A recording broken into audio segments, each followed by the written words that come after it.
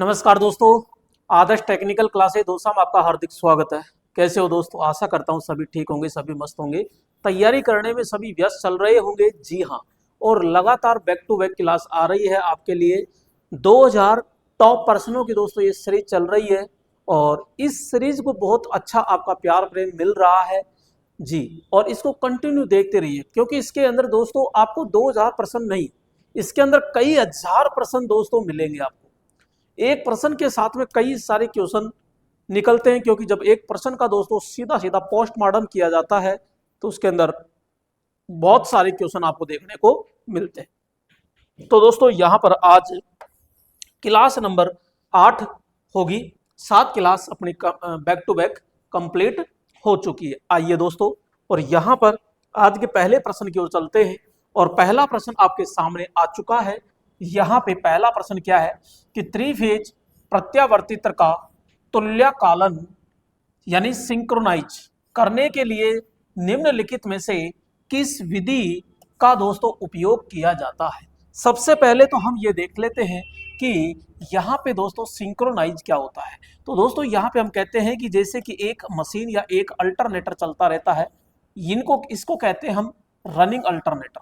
अब दोस्तों यहाँ पे होता क्या है कि इसको ऐसे जोड़ दिया, ठीक है, एक अल्टरनेटर और एक और एक और इनको दोस्तों यहाँ पे कई सारे अल्टरनेटर होते हैं जिनको समांतर क्रम में दोस्तों क्या किया जाता है, जोड़ दिया जाता है। A1, A2, A3 और A4।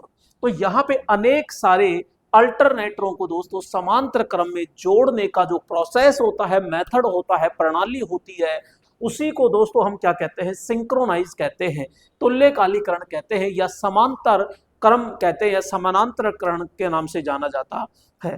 क्वेश्चन पूछा जाता है कि आवश्यकता क्यों पड़ी यहाँ पे अनेक जोड़ने की। तो मैं ये कहूंगा, जैसे सपोज करते हैं यहाँ पे ये एक अल्टरनेटर 10 किलोवाट का लोड प्रदान कर सकता है, लेकिन सामने सपोज कीजिए 10 से ज्यादा का लोड है, 15 है, 20 है, ठीक है। अब यहाँ पे या तो आप एक अल्टरनेटर की जगह बड़ा अल्टरनेटर लगाओ, या फिर आपके पास में नहीं है लेकिन बराबर के यानी 10-10 किलोवाट के दोस्तों अल्टरनेटर कई सारे हैं, ठीक है। तो यहाँ पे हम क्या करते हैं, अनेक सारे लगा करके और सामने जो भी लोड होता है उसको आसानी से उठा पाते हैं। दोस्तों यहाँ पे समांतर क्रम की शर्तें होती है कुछ, तो वहां पे ये शर्तें क्या क्या होगी। शर्त नंबर 1 दोस्तों, वोल्टेज क्या होना चाहिए, बिल्कुल समान होना चाहिए। दूसरा दोस्तों यहाँ पे हम कहेंगे फ्रीक्वेंसी समान होनी चाहिए। तीसरा दोस्तों यहाँ पे फेज क्रम दोस्तों बिल्कुल क्या होना चाहिए, सभी का समान होना चाहिए। यहाँ पे प्रति फेज एकांक प्रतिबाधा तो दोस्तों यहाँ पे प्रति फेज प्रति बाधा प्रति फेज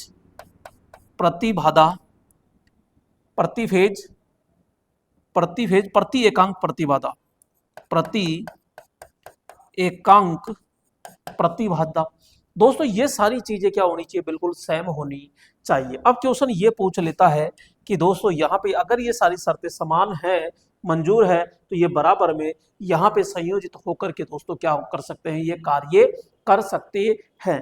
यहाँ पे हम कहते हैं कि विधियां हैं, भाई समांतर है, संतुलन में है, तो हमको कैसे पता चलेगा। तो दोस्तों इसकी विधियां अनेक होती है। देखो विधि नंबर 1, तो यहाँ पे मैं कहूंगा, यहाँ पे विधि नंबर दोस्तों 1 होती है, जब सभी लैंप दोस्तों बंद हो जाए, तो उसे कहते हैं डार्क विधि। क्या कहते हैं दोस्तों, इसको डार्क मेथड कहते हैं, या फिर आप कह सकते हो कि बुझा हुआ लैंप या अदीप्त लैंप कह सकते हो, या फिर इसे दोस्तों यहाँ पे आप बुझा लैंप विधि के नाम से भी जान सकते हो। एक दोस्तों यहाँ पे मैं बात करूंगा नंबर 2, डार्क है तो दोस्तों ये ब्राइटनेस भी होगी, ब्राइट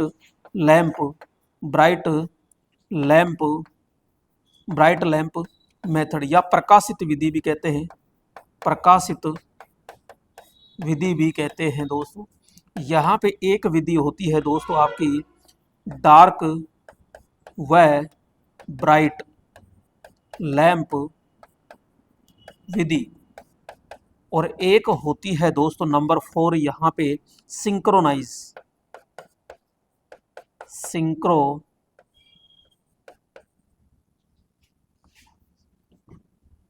या सिंक्रोनस मीटर आप कह सकते हो, सिंक्रोनाइज मीटर। तो दोस्तों ये तो फ्रीक्वेंसी के द्वारा दोस्तों पता लगाता है।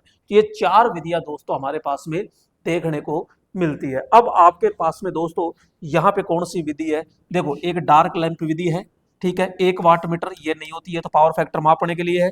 क्रैमर विधि नहीं होती, ध्रुव फलकों में अवमंदक ग्रिड का प्रयोग करके। तो डार्क लैंप है, तो हमारे पास में बोलो डार्क मेथड लैंप है कि नहीं है, एक ब्राइटनेस है, एक दोस्तों यहाँ पे डार्क और ब्राइट है, सिंक्रोनाइज है। डार्क का मतलब यहाँ पे है जब सभी लैंप दोस्तों क्या हो जाए, बुझ जाते हैं, तो दोस्तों आपको समझना पड़ेगा कि उस समय सभी अल्टरनेटर का जो सिंक्रोनाइज है यानी आउटपुट जो दे रहा है वो अन्य के क्या है होता है, बराबर होता है। तो राइट ऑप्शन आपका क्या हो जाएगा यहाँ पे, ए ऑप्शन यानी 1 नंबर हो जाएगा। अगला प्रश्न आता है, और अगला प्रश्न क्या कह रहा है 2 नंबर, कि अर्थिंग प्रणाली के परीक्षण का उद्देश्य क्या है। तो दोस्तों अर्थिंग प्रणाली जो होती है उसका परीक्षण का उद्देश्य क्या है। भाई आप अर्थिंग बना रहे हो, यहाँ पे अर्थिंग कर रहे हो ये, ठीक है, इसका अर्थिंग का उद्देश्य क्या होता है, हम कहते हैं कि इसके अंदर जो धारा जा रही है वो अधिकतम धारा बहुत निम्न समय में जल्दी से जल्दी प्रवाहित हो जाए, ठीक है। अब यहाँ पे भाई अंदर प्रवाहित तब होगी जब प्रतिरोध का मान बिल्कुल क्या होगा, कम। और प्रतिरोध कम करने के लिए अलग अलग उपाय आप कर सकते हो, कि अर्थ के चारों ओर दोस्तों पानी डाल सकते हो, नमक कोयला डाल सकते हो। इसका दूसरा कि इलेक्ट्रोड की लंबाई बढ़ा सकते हो क्या, जी नहीं।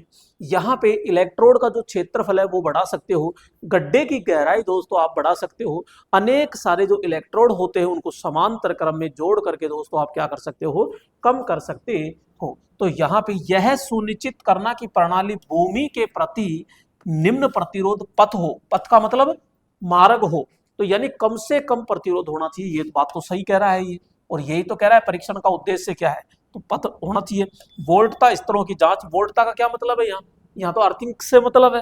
केबलों में विद्युत रोधन, तो दोस्तों विद्युत रोधन तो कौन मापता है, विद्युत रोधन मापता कौन है, तो हम कहेंगे मेगर मापता है। कौन मापता है, मेगर, मेगा ओम में। तो यहाँ पे इंसुलेशन का कोई वो ही नहीं है। अर्थिंग प्रणाली के धारा क्षमता का परीक्षण, धारा क्षमता का कोई परीक्षण नहीं होता, प्रतिरोध का होना चाहिए। तो निम्न प्रतिरोध पथ हो, ये राइट ऑप्शन आपका क्या हो जाएगा, राइट होता है। और यहाँ पे ये निम्न प्रतिरोध किसके द्वारा मापा जाता है, तो हम कहेंगे दोस्तों भू मेगर के द्वारा। और भू मेगर को ही क्या कहते हो आप, भू टेस्टर कहते हो। क्या कहते हो भैया, भू टेस्टर कहते हो। और यहाँ पे मैं बात करूंगा दोस्तों, यहाँ पे सीधा सीधा सा मैं बात करूंगा कि ये भू टेस्टर जो होता है, भाई भू टेस्टर होता है ये किस सिद्धांत पर दोस्तों काम करेगा, तो यहाँ पे हम कहेंगे ये वोल्टेज ड्रॉप सिद्धांत पर काम करता है। किस पर, वोल्टेज ड्रॉप सिद्धांत पर, ब्रेक वोल्टेज ड्रॉप सिद्धांत पर दोस्तों कार्य करेगा, यानी विभवपात सिद्धांत पर दोस्तों सीधा सीधा से क्या करता है, ये कार्य करता है, ठीक है। अगला प्रश्न आपके स्क्रीन पर,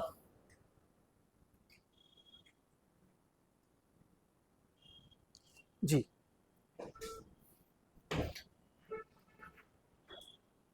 ज्यादा होगी ब्राइटनेस, क्योंकि दोस्तों लाइट जा चुकी है, इन्वर्टर से सिस्टम चल रहा है, तो थोड़ा सा मैं कम कर देता हूँ, ये लो, क्योंकि थोड़ा सा फिर आपको, क्योंकि लाइटें काफ़ी ज़्यादा वो हो गई, ठीक है। चलो अच्छी आ रही है, फिर भी कोई दिक्कत नहीं है। अगला प्रश्न यहाँ पे 3 नंबर है, कि एफईटी में प्रचालन का वह क्षेत्र जहाँ अपवाह क्षेत्र अपवाह वोल्टता से स्वतंत्र होती है और केवल गेट सोर्स वोल्टता पर निर्भर करती है, उसे क्या कहा जाता है। दोस्तों यहाँ पे हम कहते हैं एफईटी। तो एफईटी जो होती है, तो एफईटी का मतलब क्या है, यहाँ पे एफईटी का मतलब क्या समझेंगे हम, तो यहाँ पे ये ड्रेन, ये सोर्स, और दोस्तों ये क्या होता है, गेट। अब दोस्तों ये एक एन चैनल होता है, एन चैनल, और एक दोस्तों इसी के अंदर होता है यहाँ पे ये। अब ये तो कौन सा है, एन चैनल, और ये एक दोस्तों इसमें तीर का निशान बाहर निकलेगा तो ये हो जाता है पी चैनल, ठीक है। तो यहाँ पे ड्रेन, सोर्स और ये गेट, इस प्रकार से। अब यहाँ पे दोस्तों इसकी जो वर्किंग होती है उसमें एक क्रिया होती है सक्रिय, ठीक है, एक होती है ओमिक क्रिया, एक होती है कट ऑफ, और एक होती है संतृप्तता यानी सैचुरेशन। संतृप्तता का मतलब होता है सैचुरेशन, यानी निरंतर दोस्तों कार्य कर रहा है। तो इसमें तो दोस्तों वो क्या करता है, कार्य करता है, करता है। कट ऑफ का मतलब क्या है होता है दोस्तों, इसमें ऑफ पोजीशन में होता है। ओमिक के अंदर दोस्तों रेखिक परिपथ की तरह कार्य करता है, रेखिक रेखिक परिपथ, रेखिक परिपथ की तरह दोस्तों कार्य करता है यहाँ पे, ठीक है। और इसमें कार्य करेगा ऑन की तरह होता है। और एक होता है एक्टिव, ये भी दोस्तों सुचारू रूप से चालू रहता है, ठीक है। तो यहाँ पे अब वो कह रहा है कि स्वतंत्रता स्वतंत्र होती है, तो यानी कि दोस्तों एक ऐसा वोल्टेज जिससे स्वतंत्र रहती है, उसके ऊपर कोई आओ तो अच्छा, नहीं आओ तो अच्छा, उसे हम क्या कहेंगे, सैचुरेशन होता है। भाई एक्टिव का सक्रिय का मतलब दोस्तों चालू है, और यहाँ पे कार्य तो करता है लेकिन वो स्वतंत्र रूप से रहता है। तो राइट ऑप्शन हमारा क्या हो जाता है यहाँ पे, ये आपका ए पॉइंट हो जाता है।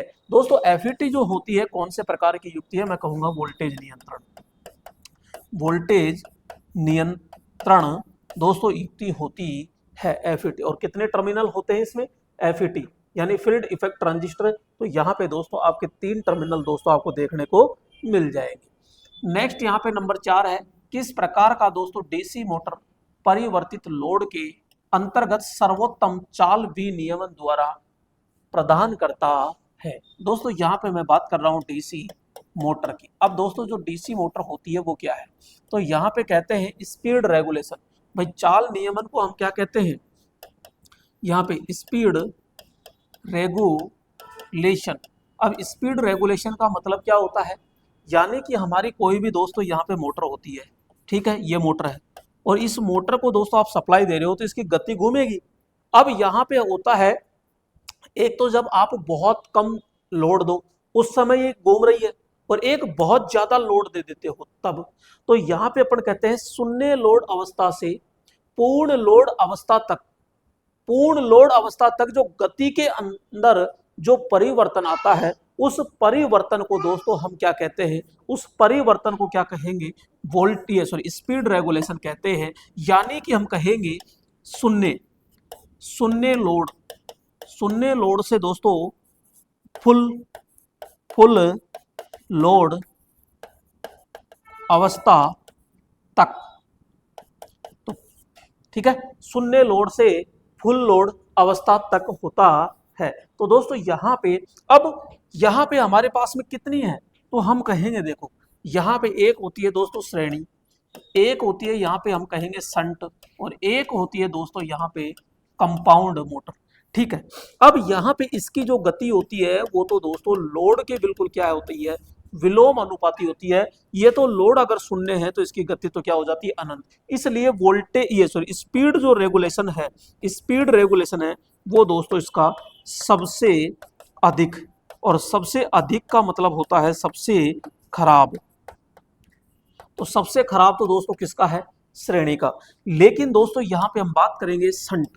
संट के अंदर क्या होता है, जो गति होती है ना भाई, जो गति होती है ये गति दोस्तों, ये गति आपकी नियत रहती है। क्या रहती है, नियत। यानी कि दोस्तों आपका लोड चाहे तो बढ़ो और चाहे घटो, इसको कोई मतलब नहीं है। इसकी यानी जो गति है, हल्की सी ज्यादा लोड अगर बढ़ जाता है तो इसकी गति क्या हो जाती है, हल्की सी घट जाती है। यानी जो गति होती है वो नियत का मतलब है 95 से लगभग दोस्तों 98% रहती है। तो इसका जो ये स्पीड रेगुलेशन होती है, स्पीड जो रेगुलेशन होती है ये सबसे बेस्ट होती है।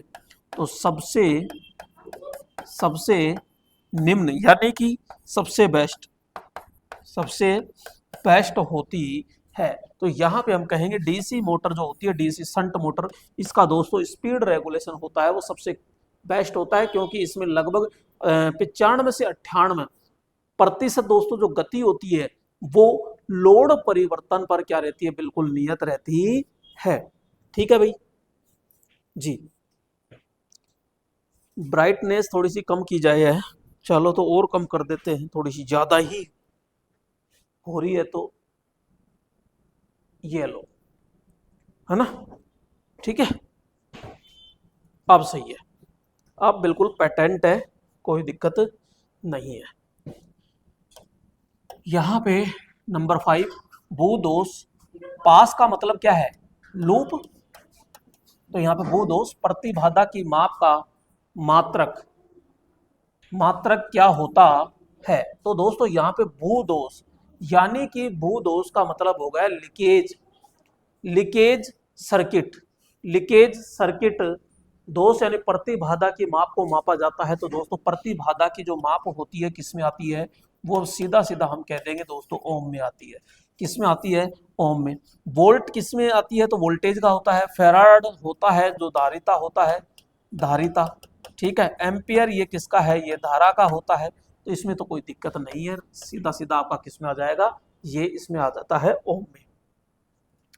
नेक्स्ट यहाँ पे 6 नंबर, एनटीपीसी प्रकार के दोस्तों थर्मिस्टर और डीसी विद्युत सप्लाई की श्रेणी क्रम में जुड़े एक अपरिवर्तित प्रतिरोध वाले अपरिवर्तित प्रतिरोध, क्योंकि अब ये देखो अपरिवर्तित प्रतिरोध वाले परिपथ में ताप वृद्धि होने पर आउटपुट वोल्टेज पर दोस्तों क्या प्रभाव पड़ेगा। अब दोस्तों एनटीसी यानी नेगेटिव टेम्परेचर कोफिशिएंट, दोस्तों यहां पे हम बात करेंगे थर्मिस्टर। थर्मिस्टर क्या होता है, ताप पर दोस्तों कार्य करता है, ताप पर क्या करता है, कार्य। अब दोस्तों ये दो प्रकार के होते हैं भाई, ये दो प्रकार के होते हैं, एक होता है पीटीसी और एक होता है एनटीसी, ठीक है। इसमें दोस्तों जो आपके प्रतिरोध होता है वो सीधा ताप के क्या होता है, समानुपाती। और इसमें दोस्तों यहाँ पे हम बात करेंगे 1 बटा क्या होता है, ताप होता है यहाँ पे। अब दोस्तों इसमें तो सेम टू सेम है, लेकिन इसमें क्या है, विलोम होता है। इसमें क्या होता है, विलोम। लेकिन इसने क्या कह रखा है कि अपरिवर्तित प्रतिरोध वाले परिपथ में, यानी प्रतिरोध दोस्तों चेंजिंग नहीं है। अब दोस्तों चेंजिंग तो नहीं है, लेकिन दोस्तों जब ताप का मान बढ़ाया जाता है, ताप का मान बढ़ाते हैं तो दोस्तों धारा पर इसमें प्रभाव पड़ेगा, इसमें भी दोस्तों प्रभाव पड़ेगा। अब दोस्तों यहाँ पे एनटीसी के अंदर तो यहाँ तापमान वृद्धि होने पर आउटपुट वोल्टता पर क्या प्रभाव पड़ेगा दोस्तों, तो यहाँ पर हम कह रहे हैं कि दोस्तों जब ताप का मान बढ़ता है तो प्रतिरोध घटता भी है, ठीक है। प्रतिरोध का मान दोस्तों घटता भी है तो धारा बढ़ जाती है, तो यहाँ पे वोल्टेज का मान भी दोस्तों क्या हो जाता है, बढ़ जाता है। तो यहाँ पे ताप बढ़ने पर एनटीसी में उल्टा चलता है, ध्यान रखना भाई, एनटीसी में क्या होता है, उल्टा चलता है। तो यहाँ पे ताप बढ़ने पर दोस्तों वोल्टेज का मान भी क्या हो जाता है, बढ़ जाता है। लेकिन पीटीसी के अंदर दोस्तों क्या हो जाता है, घट जाता है, क्योंकि प्रतिरोध यहाँ बढ़ जाएगा आपका।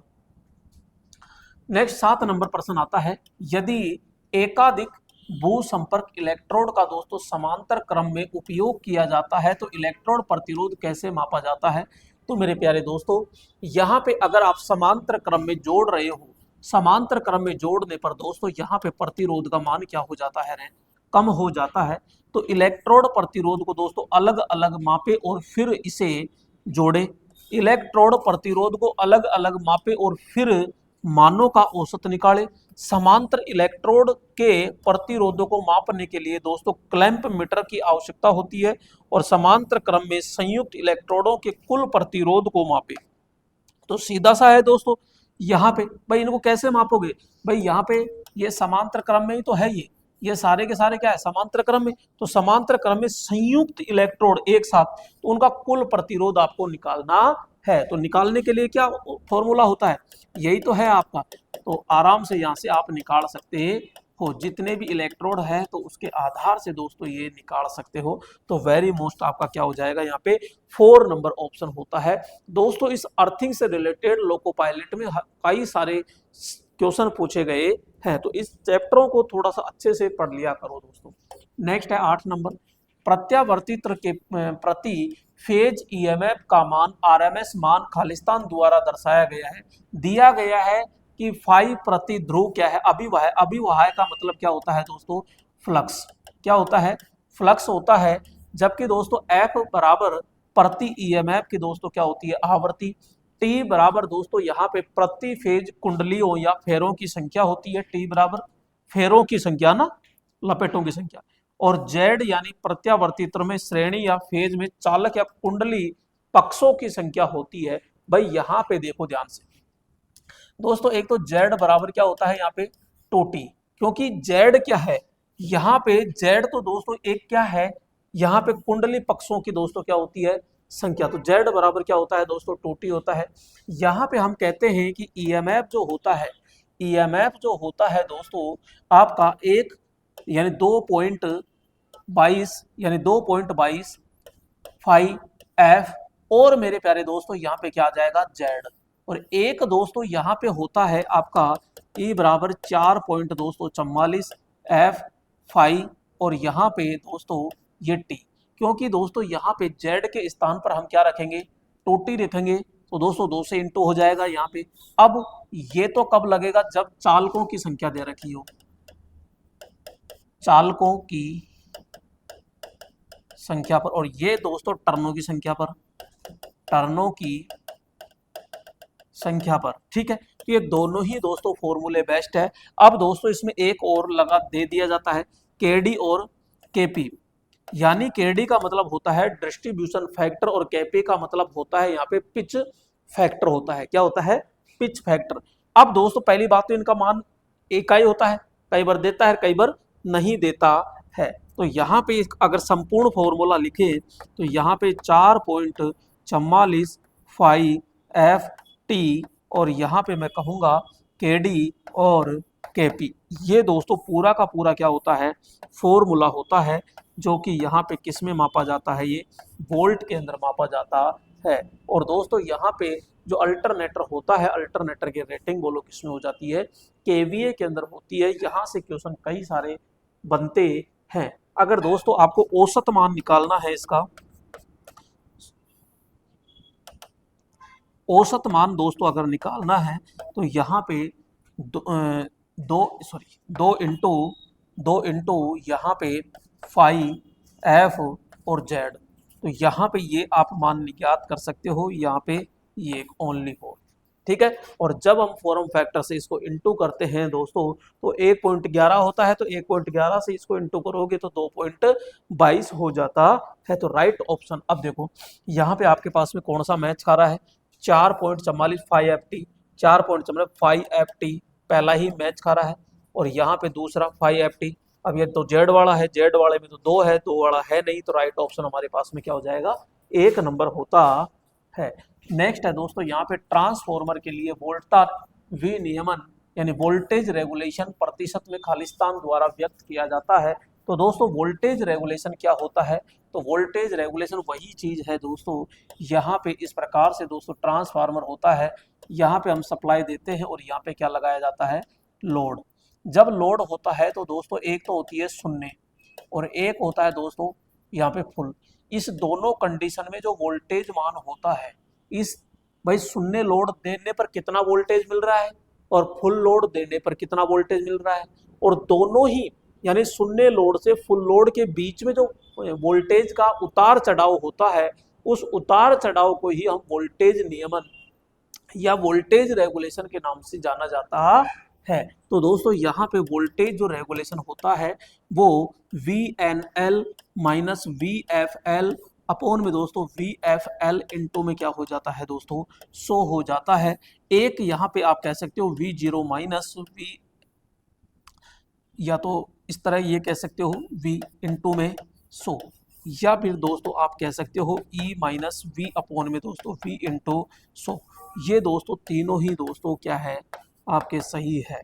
तो वोल्टेज रेगुलेशन हमेशा कितना होना चाहिए, तो हम कहेंगे निम्न से निम्न या कम से कम होना चाहिए। दूसरी चीज मैं ये भी कहूंगा आपसे कि जो वोल्टेज रेगुलेशन होता है वो वोल्टेज रेगुलेशन आदर्श ट्रांसफॉर्मर का कितना होता है, 0। तो यहाँ पे हम कहेंगे कि जो आदर्श ट्रांसफॉर्मर होता है, आदर्श ट्रांसफॉर्मर होता है उसका वोल्टेज रेगुलेशन कितना आता है, 0 आता है। कितना आता है भाई, 0। अब यहाँ पे कौन सा राइट होगा, VNL माइनस VNL नहीं, VNL माइनस VFL अपॉन में VFL, ठीक है, VNL माइनस VFL। ये दो तो दोस्तों सेम है, इसमें क्या चक्कर है, इसमें तो कोई अंतर ही नहीं आ रहा। अच्छा ये VNL है, ये ऊपर VFL है, और अपन को VFL लेना है, VFL, ठीक है। यहाँ पे और तो कोई बैठ नहीं रहा, राइट ऑप्शन हमारा कौन सा हो जाएगा यहाँ, VNL माइनस VFL, और अपॉन में दोस्तों VFL हो जाता है। क्लियर यहाँ पे कोई डाउट नहीं। 10 नंबर प्रश्न को देखते हैं। तो दोस्तों वोल्टेज केबलों के परिरक्षण, केबल है, केबल का परिरक्षण करना है, यानी शील्डिंग का प्राथमिक उद्देश्य दोस्तों क्या होता है। अब दोस्तों एक चीज ध्यान से समझना, यहाँ पे हम कहते हैं जो भी हमारी केबल होती है उस केबल के अंदर जो करंट जाता है ना, वो करंट जाता है, वो करंट किस में जाता है, तो हम कहते हैं कोर के अंदर जाता है। करंट किस में जाता है, कोर के अंदर जाता है। और कोर पे जो करंट जाता है उससे बचने के लिए दोस्तों उसके ऊपर चढ़ाया क्या जाता है, उसके ऊपर चढ़ाया जाता है दोस्तों यहाँ पे इंसुलेशन। क्या चढ़ाया जाता है, इंसुलेशन चढ़ाया जाता है। और इंसुलेशन के पास में नमी नहीं आनी चाहिए, इसलिए बचने के लिए दोस्तों यहाँ पे चढ़ाया जाता है क्या, शीशे की परत, यानी यहाँ पे अपन कहेंगे शीशा, शीशा या सिथड़ आप कह सकते हो यहाँ पे। और दोस्तों इस नमी यानी कि नमी को तो कौन बचाएगा, यहाँ पे शीशा, करंट को कौन बचाएगा, ये। अब दोस्तों इस शीशे की सुरक्षा करनी है, इसलिए यहाँ पे एक और परत चढ़ाई जाती है जिसको हम कहते हैं यहाँ पे बेंडिंग। क्या कहते हैं, बेंडिंग कहते हैं। और दोस्तों जैसे आप कुल्हाड़ी से डोरी को काट सकते हो, तो उसकी सुरक्षा के लिए दोस्तों यहाँ पे एक परत होती है जिसको हम कहते हैं यहाँ पे, क्या कहते हैं यहाँ पे, तो आर्म रिंग। कौन सी होती है, आर्म रिंग होती है। तो दोस्तों ये आर्म रिंग, और सबसे जो वातावरण से सुरक्षा करती है दोस्तों वो कौन सी होती है, तो सर्विंग, सर्विंग। तो दोस्तों इस प्रकार से दोस्तों ये पूरी की पूरी एक केबल होती है। यहाँ पे दोस्तों ये तार ही तार दिखेंगे आपको। मीटर की जो केबल होती है उसमें दोस्तों काफी सारे तार होते हैं। तो वो क्या है, यांत्रिक जो तनाव होता है, ये यांत्रिक चोट होती है उससे सुरक्षा करती है। और ये किसके बने होते हैं, आर्म रिंग, तो मैं कहूंगा ये जीआई स्टील के दोस्तों बने होते हैं। तो यहाँ पे पूछ रहा है आपसे कि प्राथमिक उद्देश्य क्या है यहाँ पे शील्डिंग का। तो दोस्तों केबलों को बाह्य विद्युत चुंबकीय व्यतिकरण से बचाना, कि जो बाहर का जो दोस्तों व्यतिकरण होता है, कोई रेडियो प्रभाव होता है या और कुछ होता है, उसका प्रभाव से बचाना। धारावाही क्षमता को बढ़ाना, धारावाही क्षमता कहाँ से बढ़ेगी भाई, केबलों से होने वाली ऊष्मा हानि को रोकना। ऊष्मा हानि को भी नहीं रोकती दोस्तों यहाँ पे। केबलों की वोल्टेज जो क्षमता होती है उसको बढ़ाया जाता है। केबलों की वोल्टेज क्षमता दोस्तों इस इंसुलेशन से थोड़ी होगी। तो यहाँ पे प्राथमिक उद्देश्य है कि बाह्य वैद्युतिक, भाई ये किसका पूछ रहा है, परिरक्षण, यानी कि दोस्तों शील्डिंग का पूछ रहा है। तो व्यतिकरण से बचाना ही इसका राइट ऑप्शन क्या हो जाता है, उद्देश्य। नेक्स्ट दोस्तों यहाँ पे अगला प्रश्न आ जाता है 12 नंबर। डीसी मोटर के अनुरक्षण के लिए विनिर्माता यानी कंपनी जो बना रही है वो, उसके निर्देशों यानी दिशा निर्देशों का पालन करने का महत्व क्या है। मोटर के डिजाइन को दोस्तों अनुशोधित करता है, सुरक्षित और कुशल प्रचालन सुनिश्चित करता है, मोटर के पावर आउटपुट को बढ़ाता है, समय और संसाधनों की दोस्तों बचत करता है। भाई जो भी हमारी डीसी मोटर है तो इसके अनुरक्षण के लिए यानी कि इसकी सुरक्षा कुशलता के लिए जो मोटर मालिक है, जो बनाता है, वो दोस्तों दिशा निर्देशों का पालन करता है। क्या, तो वो यही तो चाहता है कि मेरी मोटर आराम से बिल्कुल बिना कोई दोष के आसानी से चलती रहे, यानी बिल्कुल सुरक्षित रहे और कुशल प्रचालन हो उसका, यानी उसमें कोई बाधा नहीं आनी चाहिए। तो दोस्तों राइट आंसर क्या हो जाएगा इसमें, 2 नंबर हो जाता है। अगला 13 नंबर आता है दोस्तों, प्राथमिक और द्वितीयक विद्युत रासायनिक सेल के बीच में दोस्तों मुख्य अंतर आपको बताना है। तो दोस्तों यहाँ पे जो आपका रासायनिक सेल होता है, मैं बात कर रहा हूँ सेल की, तो सेल दोस्तों जो घड़ी के अंदर आप लगाते हो वही सेल की बात कर रहा हूँ। जो सेल होता है वो दोस्तों रासायनिक ऊर्जा यानी वैद्युतिक ऊर्जा होती है, और वैद्युतिक ऊर्जा को दोस्तों रासायनिक ऊर्जा में एकत्रित करने वाली क्या होती है दोस्तों, युक्ति होती है। तो यहाँ पे इस प्रकार से दोस्तों आपने देखा होगा, ये प्लस होता है, ये माइनस होता है। अब दोस्तों अनेक सेलों को एक साथ जोड़ दिया जाता है तो वो बैटरी बन जाती है। क्या बन जाती है, बैटरी। जैसे कि यहाँ पे ये तो क्या है, माइनस, और ये प्लस है, जबकि बैटरी का दोस्तों सिंबल क्या होता है, इस प्रकार से दोस्तों आता है, ये प्लस है, ये माइनस है। अब दोस्तों सेल कितने प्रकार के होते हैं, तो हम कहते हैं 2 प्रकार के होते हैं। एक होता है यहाँ पे प्राथमिक सेल जिसे हम प्राइमरी सेल कहते हैं, और दूसरा दोस्तों यहाँ पे द्वितीयक सेल होता है, द्वितीयक सेल होता है जिसे हम सेकेंडरी कहते हैं।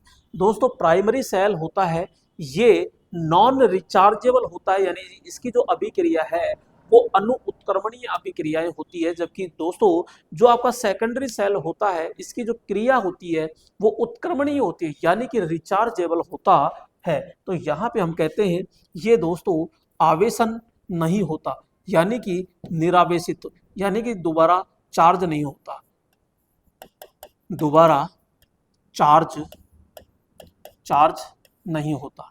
जबकि ये दोस्तों चार्ज चार्ज होता है।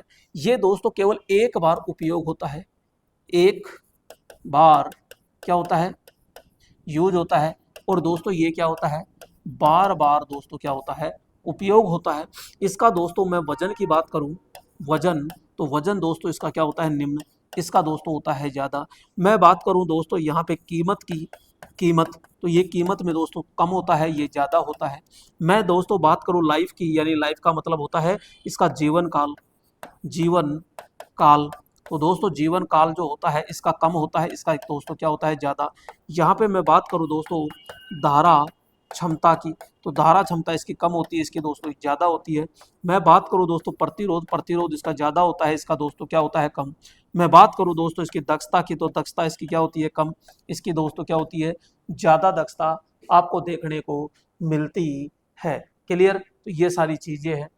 अब दोस्तों यहाँ पे मुख्य अंतर, प्राथमिक और द्वितीयक सेल में कोई अंतर नहीं है भाई, इतने सारे अंतर लिख दिए और ये कह रहा है कि कोई अंतर नहीं है, तो पहला तो क्या हो गया, गलत। द्वितीयक सेल प्राथमिक सेल की तुलना में अधिक ऊर्जा उत्पन्न करता है, बिल्कुल सही बात है, करता है, कोई दिक्कत नहीं है।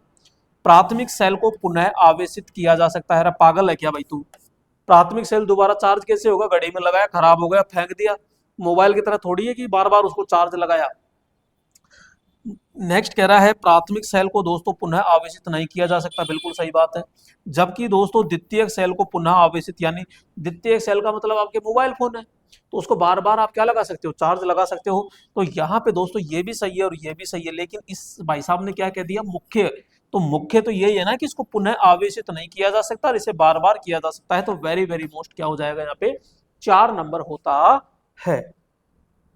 नेक्स्ट है दोस्तों 14 नंबर की अर्थिंग प्रणाली में संस्थापना के दौरान दोस्तों इलेक्ट्रोड प्रतिरोध को दोस्तों मापने का उद्देश्य क्या होता है। तो दोस्तों यहाँ पे हम कहते हैं कि भैया इलेक्ट्रोड प्रतिरोध को मापने का उद्देश्य क्या है। मापने का उद्देश्य यह है क्योंकि इसका प्रतिरोध कम से कम होना चाहिए, और कम से कम होगा तो धारा ज्यादा से ज्यादा नीचे जाएगी और हमको कोई भी विद्युत झटका या कोई भी यानी वो नहीं लगेगा।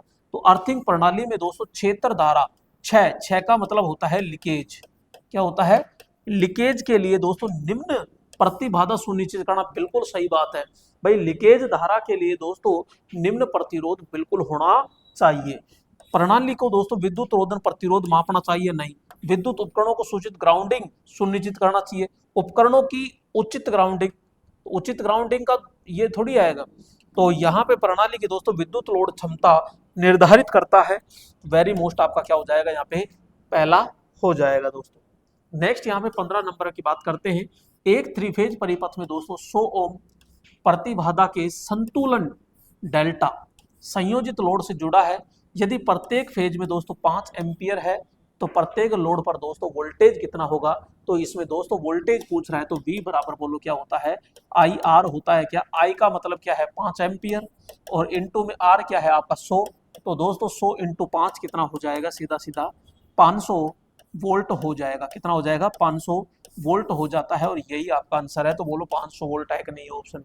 बस ये लल्लू पंजे दोस्तों आपके क्वेश्चन आ जाते हैं कई कई बार, तो ऐसे घबराना नहीं चाहिए। 27 डिग्री सेंटीग्रेड को 200 केल्विन पैमाने में परिवर्तित करने के लिए कौन सा विकल्प सही है। यानी कि दोस्तों यहाँ पे 27 डिग्री को दोस्तों यहाँ पे केल्विन पैमाने पर कितना लिखा जाता है, तो सीधी सी बात है दोस्तों, ये 27 डिग्री एक कमरे का तापमान है, और 27 डिग्री सेंटीग्रेड जो होता है वो बराबर यहाँ पे किसके है, तो 300 केल्विन के दोस्तों क्या होता है, बराबर होता है। तो राइट ऑप्शन बोलो क्या हो जाएगा यहाँ पे, के, यानी 1 नंबर। नेक्स्ट है दोस्तों यहाँ पे प्रत्यावर्तक यानी अल्टरनेटर समांतर में क्यों संयोजित होते हैं। तो दोस्तों यहाँ पे हम देख रहे हैं कि यहाँ पे दोस्तों प्रत्यावर्तक समांतर में क्यों संयोजित होते हैं। तो शायद दोस्तों पहला या दूसरा ही था, तो वहां पे बिल्कुल हमने क्या किया था, बहुत अच्छे से उनको जोड़ा था। और जब अच्छे से जोड़ा था तो क्यों जोड़ा था, कि भाई ये अत्यधिक लोड को आसानी से क्या कर ले, उठा ले, यानी अतिरिक्त लोड को भी आसानी से उठा ले। गलती से एक अगर अल्टरनेटर खराब हो जाता है तो पूरी प्रणाली को दोस्तों बंद करने की आवश्यकता नहीं होती है। तो शक्ति यानी पावर गुणांक सुधारने के लिए, पावर फैक्टर सुधारने के लिए जी नहीं। तो यहाँ पे लोड परिपथ की अधिक विद्युत मांग, भाई अधिक विद्युत की मांग हो रही है तो उसको पूरा कर सके, बिल्कुल जी हाँ, इसको आसानी से हम पूरा कर सकते हैं। परिवर्तन बलागुण यानी स्टार्टिंग टॉर्क को दोस्तों बढ़ाने के लिए, आउटपुट दोस्तों आवर्ती को नहीं, भाई यहाँ पे वेरी वेरी मोस्ट कौन सा हो जाएगा कि जो आपका अतिरिक्त लोड होता है उसको आसानी से क्या किया जा सकता है, उठाया जा सकता है। 18 नंबर दोस्तों आपके प्रश्न है कि यहाँ पे ट्रांसफॉर्मर के लिए विद्युत रोधन प्रतिरोध का मान दोस्तों खालिस्तान होता है। अरे मेरे लाडलो, यहाँ पे ये विद्युत रोधन की बात चल रही है। विद्युत रोधन का मतलब होता है दोस्तों यहाँ पे इंसुलेशन, इंसुलेशन और इंसुलेशन प्रतिरोध, प्रतिरोध और इंसुलेशन प्रतिरोध किसके द्वारा मापा जाता है? तो हम कहते हैं कि भाई मेगर के द्वारा। और मेगर भाई साहब किसमें मापता है? तो मेगा ओम के अंदर दोस्तों ये क्या करता है, मापता है। और इंसुलेशन प्रतिरोध कम से कम दोस्तों कितना होना चाहिए? 1 मेगा ओम होना चाहिए। तो किसमें मापा जाता है? मेगा ओम के अंदर दोस्तों मापा जाता है। केवीए के अंदर दोस्तों कौन कौन बैठे हैं? तो हम कहते हैं एक तो आपके ट्रांसफार्मर होता है और एक दोस्तों आपके कौन होता है? अल्टरनेटर होता है। और एक दोस्तों आपके कौन सी है? तो हम कहते हैं आभासी शक्ति होती है। ओम में तो भाई साहब पूछो ही मत, काफी सारे हैं। ठीक है, यहाँ पे 19 नंबर की बात करते हैं। तो स्टार संयोजित 3 फेज प्रणाली के संबंध में दोस्तों निम्नलिखित में से कौन सा कथन सही है? स्टार संयोजित प्रणाली। अब दोस्तों स्टार संयोजित की बात कर रहे हैं तो स्टार संयोजित प्रणाली के अंदर देखो दोस्तों, एक तो यहाँ से हम न्यूट्रल निकाल सकते हैं। ठीक है, तो यहाँ से तो दोस्तों क्या निकल जाएगा? न्यूट्रल निकल जाएगा। और ये दोस्तों असंतुलित, यानी संतुलित और असंतुलित दोनों प्रकार की होती है। तो असंतुलित,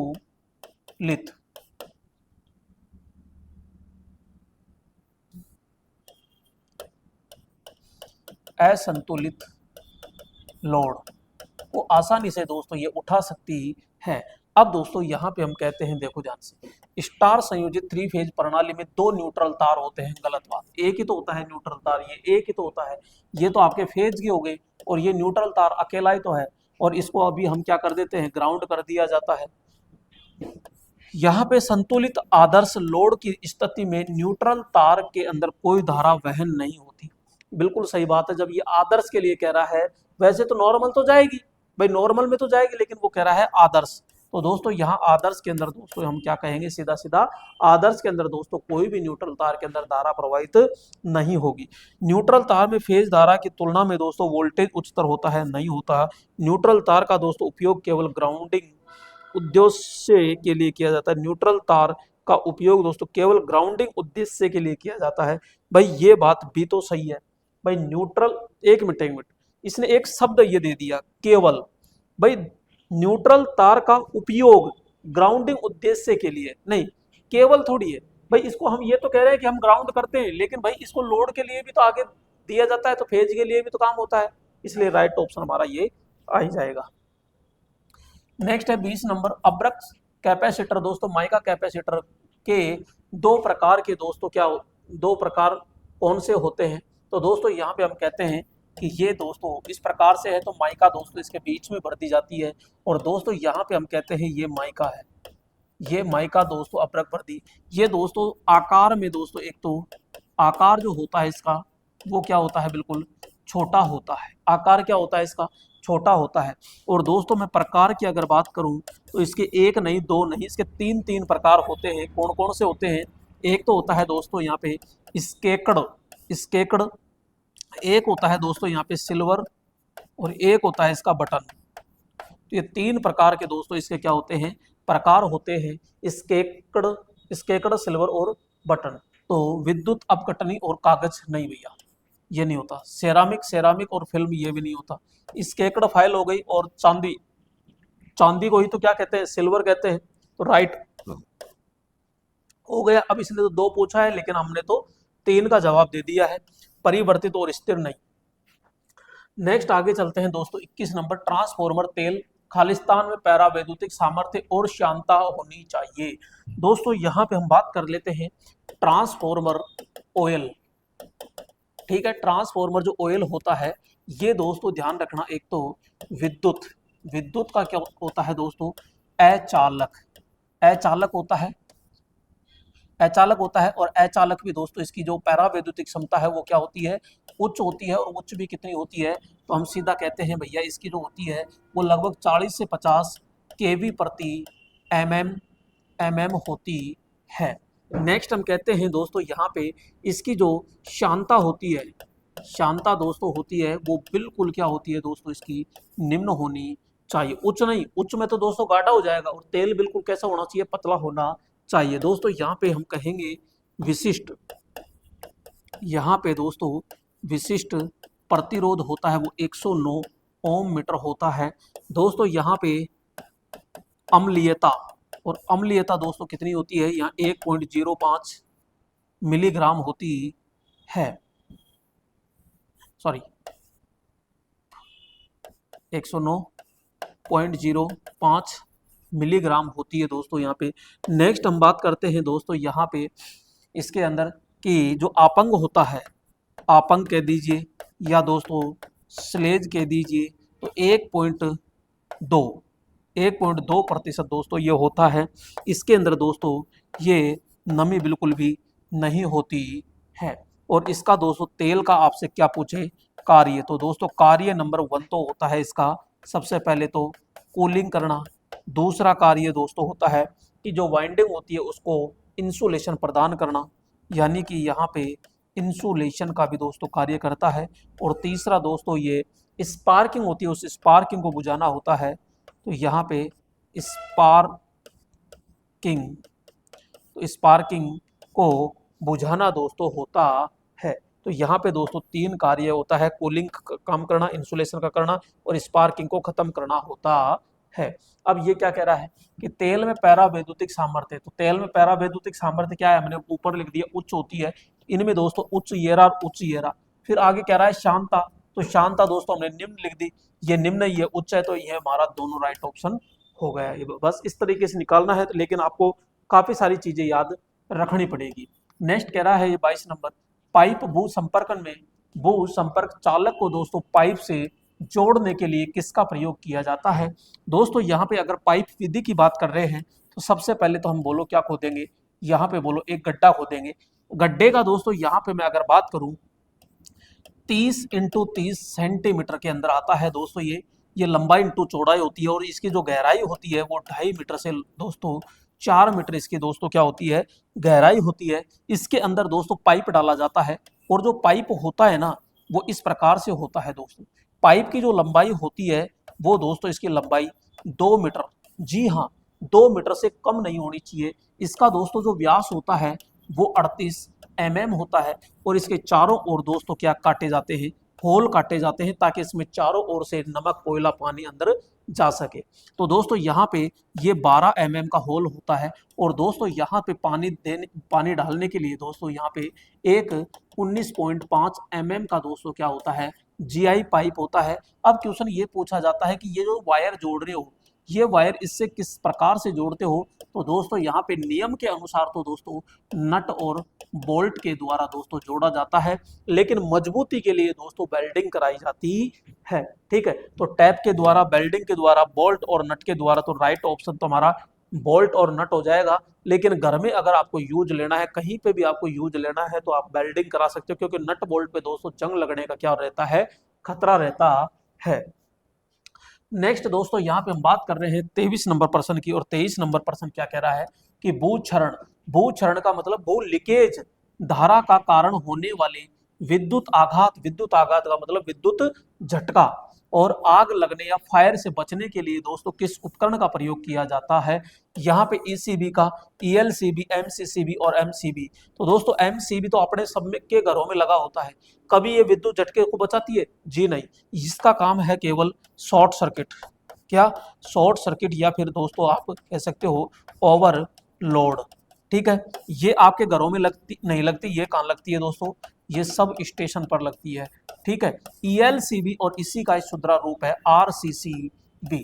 ठीक है, तो इन दोनों का ही दोस्तों उपयोग जो किया जाता है ये विद्युत, एक तो झटका, ठीक है, दूसरा दोस्तों यहाँ पे हम कहेंगे लीकेज धारा। ठीक है, यहाँ पे हम कहेंगे लीकेज धारा। और दोस्तों एक विद्युत लग जाती है तो उसको अलार्म बजाने के लिए, यानी कि आप कह सकते हो विद्युत से बचाओ, यहाँ पे सॉरी आग से बचाओ, आग से बचाओ। तो ये दोस्तों तीन कार्य किसके होते हैं, ये आपके ईएलसीबी के। और ईएलसीबी दोस्तों सिद्धांत क्या होता है इसका, तो मैं कहूंगा इसका जो सिद्धांत होता है वो CBCT यानी कोर बैलेंस करंट ट्रांसफॉर्मर सिद्धांत पे दोस्तों ये क्या करती है, कार्य करती है। कहाँ लगाई जाती है, तो हम कहते हैं दोस्तों ये जो लगाई जाती है ये ऊर्जा मीटर, ऊर्जा मीटर के बाद, ऊर्जा मीटर के बाद वह man man switch, man switch से पहले, मैन स्विच से पहले दोस्तों लगाई जाती है। तो राइट ऑप्शन हमारा क्या हो जाएगा, यहाँ पे राइट ऑप्शन आपका 2 नंबर हो जाएगा दोस्तों, ठीक है। नेक्स्ट यहाँ पे 24 नंबर प्रश्न आ चुका है आपके पास में कि डीसी जनित्र में आकस्मिक विद्युत रोधन, आकस्मिक विद्युत रोधन परिपथ भंग का प्राथमिक कारण है। कि दोस्तों जो आपका इंसुलेशन प्रतिरोध है वो भंग का प्राथमिक कारण क्या है, तो हम कहते हैं भैया उच्च परिवेश तापमान। भैया तापमान से तो इतना भंग नहीं होता। आर्द्रता, आर्द्रता अंतर्गमन या संदूषण और घूर्णी चाल और अत्यधिक आर्मेचर धारा। तो दोस्तों एकदम से अगर प्रतिरोध आपका कम हो जाता है तो इसका एक ही सीधा सा कारण होता है नमी, क्योंकि इसमें करंट नहीं जाता, लेकिन पानी में डुबोकर आप बाहर निकालोगे तो इसमें करंट गुजरने लग जाएगा। यानी अचानक इसका प्रतिरोध किसकी वजह से कम हो सकता है, केवल केवल नमी के कारण। यानी और नमी को ही हम क्या कहते हैं, आर्द्रता कहते हैं। तो राइट ऑप्शन बोलो हमारा क्या हो जाएगा, 2 नंबर हो जाता है। और दोस्तों यहाँ पे 25 नंबर ट्रांसफॉर्मर एक है। तो दोस्तों ट्रांसफॉर्मर आपको पता है कि ट्रांसफॉर्मर एक क्या होता है, यहाँ पे स्थिर। तो दोस्तों ट्रांसफॉर्मर एक प्रकार की स्थिर युक्ति है, इसमें कोई भी घूमने वाला भाग नहीं होता है। ये दोस्तों ध्यान रखना, इसमें दोस्तों एक शब्द होता है परिवर्तित, परिवर्तित बोले तो चेंज, परिवर्तित बोले तो चेंज। तो चेंज कौन कौन होता है, तो मैं कहूंगा वोल्टेज, और दोस्तों एक होता है इसमें धारा। लेकिन दोस्तों यहाँ पे नियत क्या होता है, नियत। तो दोस्तों यहाँ पे नियत 3 चीज होती है। नंबर 1 दोस्तों यहाँ पे पावर, दूसरी दोस्तों यहाँ पे मैं कहूंगा आपके आवृत्ति यानी कि फ्रीक्वेंसी, आवृत्ति, और दोस्तों यहाँ पे मैं कहूंगा core flux, core flux, core flux, ठीक है।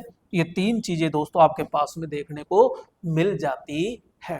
क्लियर, इस प्रकार से पूरा का पूरा दोस्तों आपको देख सकते हो। तो घूर्णी युक्ति हो गई, और घूर्णी ट्रांसफॉर्मर के रूप में गतिशील और स्थितिक। तो हम कहेंगे भैया ये स्थितिक होता है, और स्थितिक होने के कारण ही इसमें फ्रीक्वेंसी क्या होती है, बिल्कुल नियत होती है, ठीक है। तो दोस्तों ये थे आज के पूरे टॉप क्वेश्चन, ठीक है। तो इसी प्रकार कड़ी के अंदर एक एक क्वेश्चन आसानी से आगे चलते रहेंगे, ठीक है दोस्तों। फिर नए सेशन में फिर मुलाकात करेंगे, तब तक के लिए धन्यवाद।